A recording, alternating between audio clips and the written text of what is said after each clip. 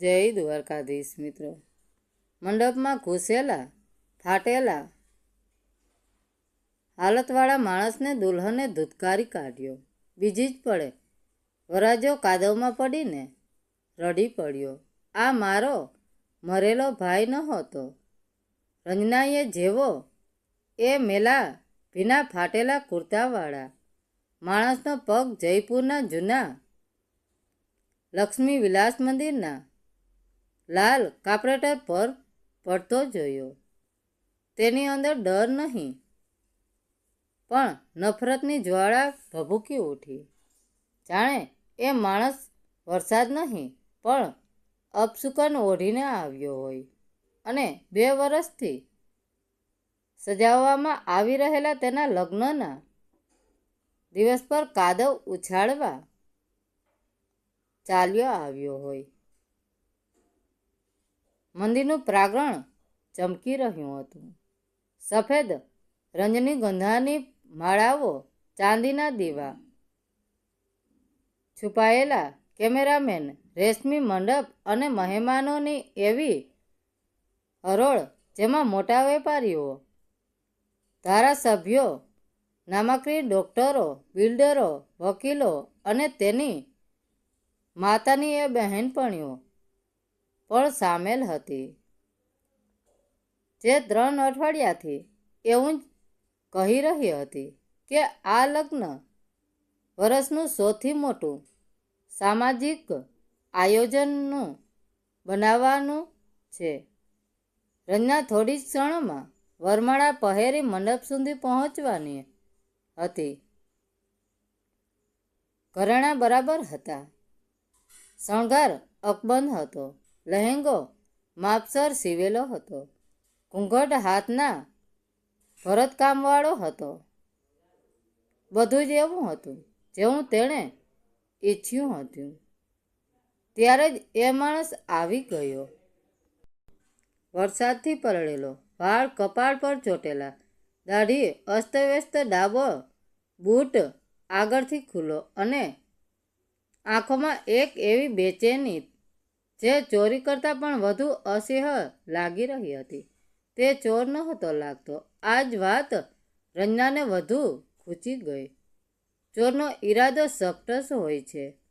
આ માણસ કોઈ વાર્તા લઈને આવ્યો હતો અને રંજના પોતાના ખાસ દિવસની વચ્ચે કોઈ બીજી વાર્તાને જગ્યા આપવા માંગતી નહોતી.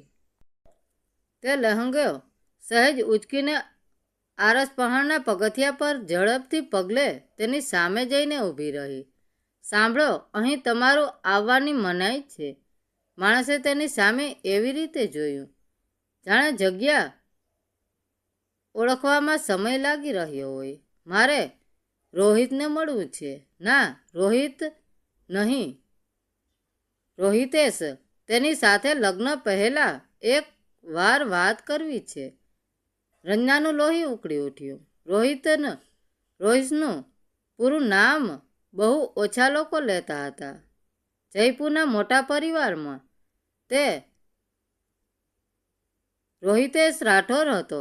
એક સફળ કૃષ્ણનો બિઝનેસમેન, એક સ્વચ્છ છબીવાળો, મોંઘા સૂટ પહેરનારો માણસ. આ ફાટેલા હાલતવાળો અજાણ્યો માણસ તેનું નામ આટલા તૂટેલા પોતિકાપણાથી કેવી રીતે બોલી રહ્યો હતો? આમંત્રણ વિના અહીં કોઈ નહીં આવે અને આવી હાલતમાં તો બિલકુલ નહીં. નીકળી જાઓ અહીંથી. મારે બસ 1 મિનિટ જોઈએ છે. કહી દો કે જીતન આવ્યો છે. આ નામ રંજનાએ પહેલાં ક્યારેય સાંભળ્યું નહોતું, પણ જે થાકેલા અવાજમાં તેણે કહ્યું તેનાથી એવું લાગ્યું જાણે એ માણસ અડધી જિંદગી ચાલીને માત્ર આ 2 અક્ષર સાંભળવા આવ્યો હોય. રંજનાનો ચહેરો વધુ કઠોર થઈ ગયો. 2 સિક્યુરિટી ગાર્ડ તરત જ આગળ આવ્યા અને બહાર કાઢો. આજે અહીં દાન નથી વહેંચાઈ રહ્યું અને પાગલો માટે કોઈ જગ્યા નથી. તેણે ધીમે બોલવું હતું પણ અવાજ એટલો મોટો નીકળી ગયો કે પાસે ઊભેલા ઘણા લોકો વળીને જોવા લાગ્યા. તેની માસીની દીકરીએ દબાયેલું હાસ્ય વેર્યું. તેની માતા લલિતા ચૌધરી દૂર ઊભી આ દ્રશ્ય સંતોષથી જોઈ રહી હતી. જાણે દીકરીએ પરિવારની આબરૂ બચાવી લીધી હોય. માણસે કોઈ વિરોધ ન કર્યો. તેણે ગરદન ઝુકાવી દીધી. તેના ખંભા એવી રીતે ઢળી ગયા જાણે તેને આની જ આશા હતી. તે પાછળ ફર્યો. ડાબો પગ ઢસડતો વરસાદ તરફ આગળ વધ્યો. ત્યારે જ રંજનાને તેના શરીરમાંથી ભેજ માટી અને ગંધ પડેલા રૂમ જેવી ગંધ આવી. તેને ઉબકા આવવા લાગ્યા. મને અડતા નહીં, હું જાતે જતો રહું છું, તેણે બહુ ધીમેકથી કહ્યું. અને એ જ ક્ષણે શરણાઈ રોકાઈ ગઈ. ધીમેકથી નહીં, અચાનક જ, જાણે કોઈએ આખા મંડપનો શ્વાસ મૂળમાંથી ખેંચી લીધો હોય. સોની નજર સ્ટેજ તરફ ઉઠી. રોહિતેશનો ચહેરો ફીકો પડી ગયો હતો. લગ્નોથી ગભરાયેલા વરરાજા જેવો નહીં, જેવો જાણે તેણે કોઈ મરેલા માણસને પાછો ફરતો જોઈ લીધો હોય. ઊભા રહો, તેની ચીસ મંદિરના થાંભલાઓ સાથે અથડાઈ. પંડિતજી પાછળ હટી ગયા. મહેમાનો ઊભા થઈ ગયા. રંજના કંઈ સમજી પણ ન શકી કે રોહિતેશ પગથિયા કૂદતો નીચે આવ્યો. લપસતા સાંભળ્યો. 300 મહેમાનો, 6 બહેનપણીઓ અને પોતાની થનારી પત્નીને પાછળ છોડીને દોડતો દરવાજા સુધી પહોંચ્યો અને બધાની સામે એ મેલા માણસના પગમાં ઘૂંટણીએ પડી ગયો. રોહિતેશના મોંમાંથી નીકળેલો અવાજ કોઈ ડૂસકા જેવો હતો. મોટા ભાઈ, તમે? આખો મંડપ શસ્તબંધ હતો. રંજના ગુસ્સા અને આશ્ચર્યથી ફાટેલી આંખે જોઈ રહી હતી. જે રોહિતેશને તેણે હંમેશા એક ઘમંડી, સફળ અને અત્યંત કડક બિઝનેસમેન તરીકે જોયો હતો, તે અત્યારે એક બાળકની જેમ એ ભિખારી જેવા દેખાતા માણસના પગમાં પડીને રડી રહ્યો હતો. ઊભો થા રોહિત. જીતને ધ્રુજતા હાથે રોહિતેશના ખંભા પર હાથ મૂક્યો. આજે તારો સૌથી મોટો દિવસ છે. હું તો બસ તને વરરાજાના રૂપમાં એકવાર જોવા આવ્યો હતો. હું હમણાં જ જતો રહીશ. રંજનાથી ન રહેવાયું. આ બધું શું ડ્રામા છે? રોહિતેશ, આ માણસ કોણ છે અને તમે એને મોટા ભાઈ કેમ કહી રહ્યા છો? તમારા પરિવારમાં તો તમારા સિવાય કોઈ નથી.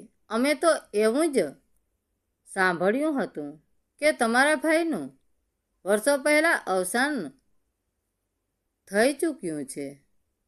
રોહિતેશે આંસુ લૂછ્યા અને ધીમેથી ઊભો થયો. તેણે પોતાના મોંઘા શેરવાની પર લાગેલા કાદવની પરવા કર્યા વિના આખા મંડપ અને રંજનાની સામે જઈને કહ્યું, તમે બધા જાણો છો કે મેં શૂન્યમાંથી સર્જન કર્યું છે, પણ એ શૂન્ય પાછળ જેણે પોતાની આખી જિંદગી, પોતાની યુવાની અને પોતાનું નામ કુરબાન કરી દીધું, એ આ મારો મોટો ભાઈ જીતેન છે. રીતેશે ડૂમાતા અવાજે આખા પરિવાર સામે સત્ય છતું કર્યું. 10 વર્ષ પહેલાં જ્યારે મારો પહેલો કન્સ્ટ્રક્શન પ્રોજેક્ટ પડી ભાંગ્યો હતો, ત્યારે એક મોટો કાનૂની અને આર્થિક ફ્રોડનો કેસ મારા પર આવ્યો હતો.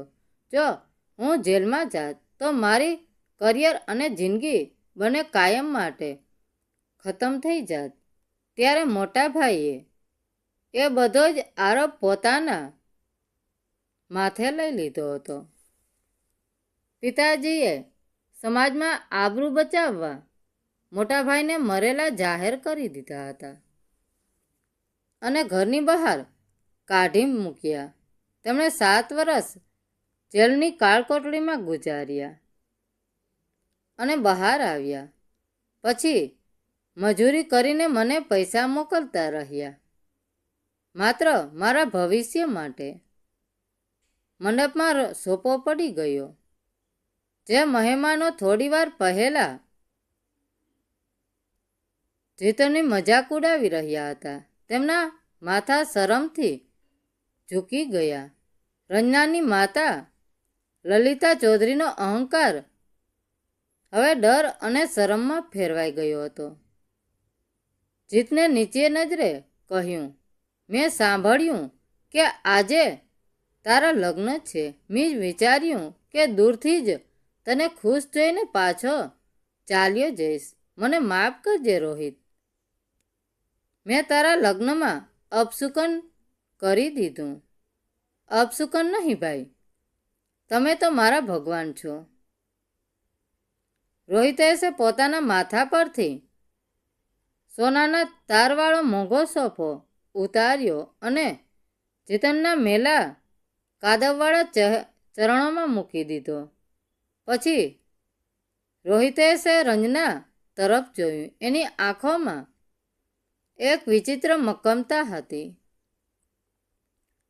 રંજના, તે મારા ભાઈનું અપમાન કર્યું છે.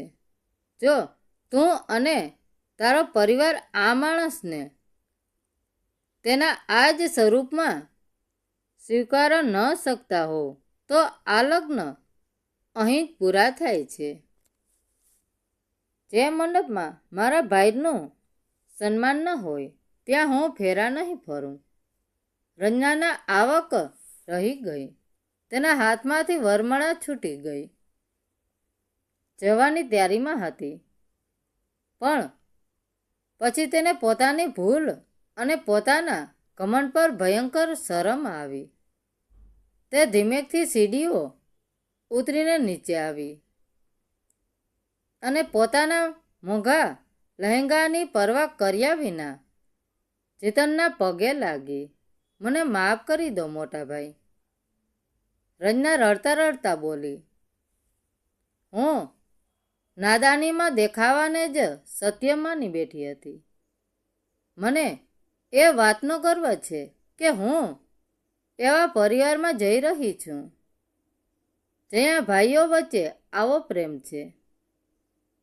આ લગ્ન અને મારી જિંદગી તમારા આશીર્વાદ વિના અધૂરી છે. જીતનની આંખોમાંથી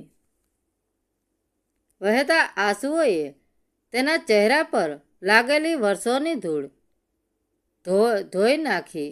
એ જ રાત્રે મેલા અને ફાટેલા કપડાવાળા જીતેને ભીની આંખે પોતાના નાના ભાઈ અને પોતાની નવી વહુ પર ફૂલોની વર્ષા કરી. આ માત્ર બે લોકોનું મિલન નહોતું, આ એક ભાઈના ત્યાગ અને પ્રેમાળ હૃદયની સૌથી મોટી જીત હતી. મિત્રો, વાર્તા કેવી લાગી? સારી લાગી હોય તો કોમેન્ટ કરીને જરૂર જણાવજો. ધન્યવાદ મિત્રો. રાધે રાધે. જય દ્વારકાધીશ.